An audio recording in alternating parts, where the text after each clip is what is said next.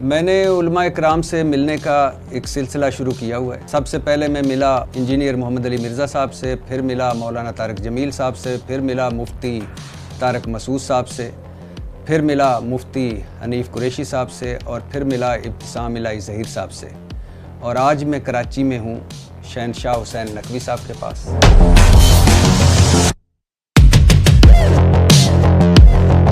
شیعہ مسلک یا شیعہ فرقہ کب وجود میں آیا؟ شیعہ مسلک کی بنیاد رسول اللہ صلی اللہ علیہ وآلہ وسلم نے ڈالی کہ جب آپ نے ارشاد فرمایا یا علی انت و شیعتک هم الفائزون۔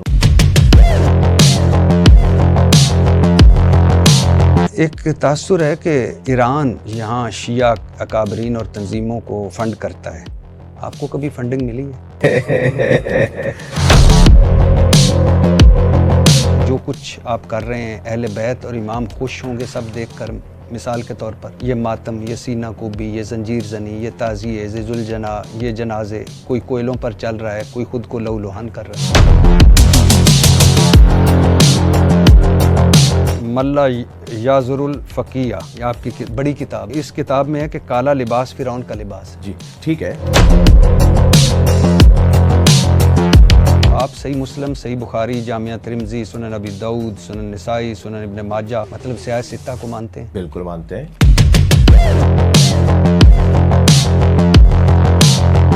حسن اللہ یاری سے آپ لوگوں کا کیا اختلاف ہے؟ حسن اللہ یاری ایک یوٹیوبر ہیں، ان سے ہمارا اختلاف موٹا سا یہ ہے کہ وہ نہ صرف سنی شیعہ میں جھگڑا ڈلوا رہے ہیں بلکہ شیعہ شیعہ میں بھی جھگڑا ڈلوا رہے ہیں۔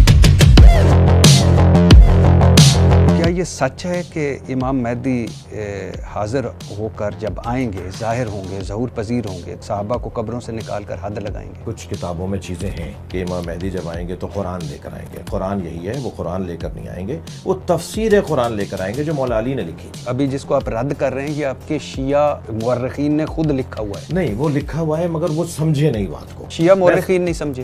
یقیناً جو غلط سمجھے گا تو غلط ہو جائے گا، تو ہم اس کے اوپر دین تو اپنا مذہب قربان تو نہیں کریں گے کسی ایک فرد کے۔ جی، غلط سمجھے گا۔ ابو لولو فیروز، یہ امیر المومنین حضرت عمر فاروق رضی اللہ تعالیٰ عنہ کا قاتل، ایران میں علامتی مزار ہے، لوگ آتے ہیں، زیارت کرتے ہیں، دعائیں مانگتے ہیں۔ شیعہ اسے بابا شجاع الدین دین کا بہادر سپوت قرار دیں۔ 2010 میں مسلمان علماء کی عالمی تنظیم نے اپیل کی کہ ابو لولو فیروز کا مزار مسمار کر دیا جائے، مگر ایرانی حکومت نے ماننے سے انکار کر دیا۔ شیعہ علماء نے تو کہا کہ یہ امیر المومنین حضرت علی رضی اللہ تعالیٰ کے شیعوں میں سے تھا۔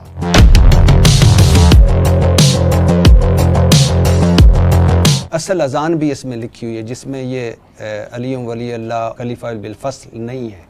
اللہ اکبر، اللہ اکبر، اللہ اکبر، اللہ اکبر، اشہد ان لا الہ الا اللہ، اشہد ان لا الہ الا اللہ، اشہد ان محمد رسول اللہ، اشہد ان محمد رسول اللہ، حی علی الصلاۃ، حی علی الصلاۃ، حی علی الفلاح، حی علی الفلاح، حی علی خیر العمل، حی علی الخیر خیر العمل، اللہ اکبر، اللہ اکبر، لا الہ الا اللہ۔ یہ کلمہ اذانوں میں کہنے جز کے طور پہ ہمارے علماء، ہمارے فقہا اس کو نہیں مانتے، علامت کے طور پہ مانتے ہیں، نشانی کے طور پہ مانتے ہیں۔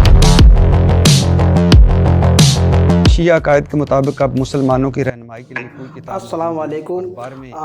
اس ویڈیو کو آپ لوگوں کو دکھانے کا یا اس کو اپلوڈ کرنے کا مقصد یہ ہے کہ یہ جو صاحب ہیں انہوں نے بہت ہی کوشچن جو کیے ہیں، بہت ہی زبردست کوشچن کیے ہیں مولانا سے، اور مولانا نے ان کا بہت ہی بہترین طریقے سے جواب بھی پیش کیا ہے، اور جو جواب حدیث قرآن کی روشنی میں ہے، ایسا نہیں کہ اپنے من گھڑنتی کچھ بنا کر بتایا ہے، ایسا کچھ نہیں، بہت ہی سرل طریقے سے، بہت ہی آسان طریقے سے مولانا نے اس انٹرویو میں ہر سوال کا بہترین جواب دیا ہے، اور اسی انٹرویو کو لے کر کے ایک میں نے اپلوڈ کی ہے ویڈیوز، آپ جب ہماری ویڈیوز میں جائیں گے اس چینل کی تو اس میں آپ دیکھیں گے، اور اس میں آصف رضا علوی صاحب نے بہت ہی بہترین انداز سے اس کو بیان کیا ہے، انشاءاللہ آپ لوگ دیکھیں ضرور۔ آپ کی کتابیں کہیں کہ ان تمام امور کا علم اماموں کو، قرآن کہے کہ نبی کو مدینہ میں موجود منافقین کا علم نہ تھا، آپ کی کتابیں کہتے ہیں کہ امام شکل دیکھ کر ہی کسی کے منافق یا مومن ہونے کا اندازہ کر لیتا ہے۔ دونوں باتوں میں تضاد نہیں ہے، دونوں باتیں ٹھیک ہیں، اور دونوں ٹھیک؟ دونوں ٹھیک ہیں۔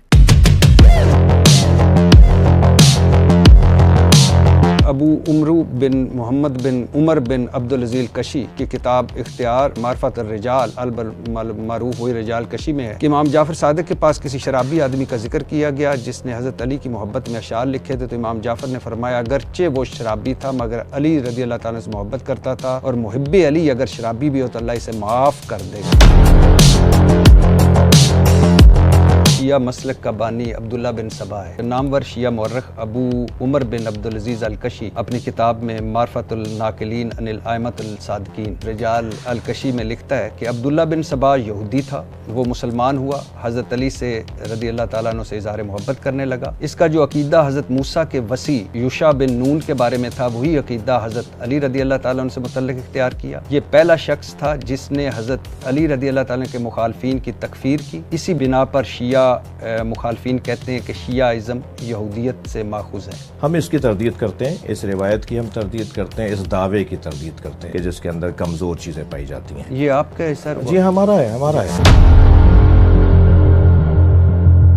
کتنے شیعوں نے اپنا نام یزید یا شمر رکھا ہے؟ شیعہ تو نہیں رکھیں گے، نہیں رکھیں گے تو کیوں رکھیں گے؟ حضرت علی کے بیٹے کا نام عمر، حضرت حسن کے بیٹے کا نام عمر، حضرت زینب العابدین نے اپنے بیٹے کا یہ نام، کہاں سے طے ہے کہ حضرت عمر ابن خطاب کا وہ نام ہے؟ یزید اور شمر ممنوع ہو گئے جب سے واقعہ کربلا ہوا۔ میں تو اپنے بیٹے کا نام یزید یا شمر نہیں رکھوں گا، میں شیعہ بھی نہیں ہوں، تو کیوں رکھے ان لوگوں نے اس لیے کہ ان کے نام اگر نہیں تھے نا، اتنی بڑی ناراضگی تھی، اتنا نہیں ان کے نام نہیں تھے نا۔ یہ